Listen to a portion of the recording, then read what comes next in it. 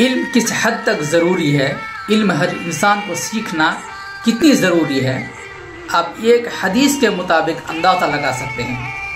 अल्लाह के नबी सल्लल्लाहु अलैहि वसल्लम जब गारे हीरा में बैठे हुए थे, अल्लाह को याद कर रहे थे, जब हज़रत जिब्रील अलैहिस्सलाम अल्लाह के नबी सल्लल्लाहु अलैहि वसल्लम के पास पहली मर्तबा आए, तो पहली मर्तबा आने के बाद ही अल्लाह के नबी सल्लल्लाहु अलैहि वसल्लम को इल्म सिखाने की कोशिश की। इल्म सिखाया अल्लाह के नबी सल्लल्लाहु अलैहि वसल्लम को।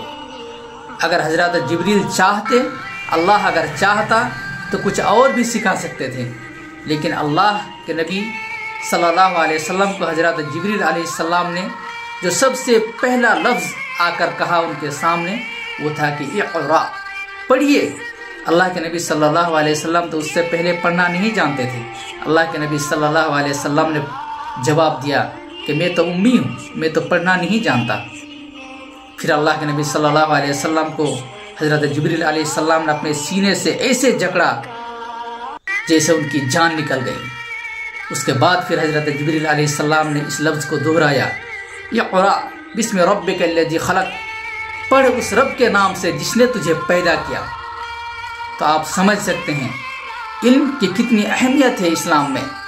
इसीलिए अल्लाह के नबी सल्लल्लाहु अलैहि वसल्लम ने भी खुद फरमाया है कि इल्म सीखना हर मुसलमान मर्द और औरत पर फ़र्ज़ है। तलबुल इल्म फरीज़तुन अला कुल्लि मुस्लिमतिन व मुस्लिमा। तो इल्म की इस्लाम में बहुत ही अहमियत है और इल्म सीखने की बहुत ही ज़ोर दिया गया है कि तुम इल्म सीखो, अनजान मत रहो।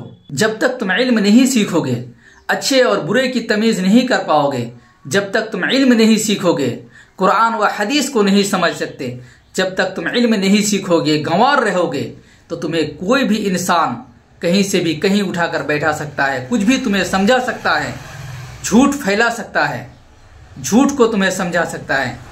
लेकिन अगर तुम इल्म सीख लोगे तो तुम भी उसके बराबरी का मुकाबला कर सकते हो। इसीलिए इल्म सीखना हर इंसान पर ज़रूरी है।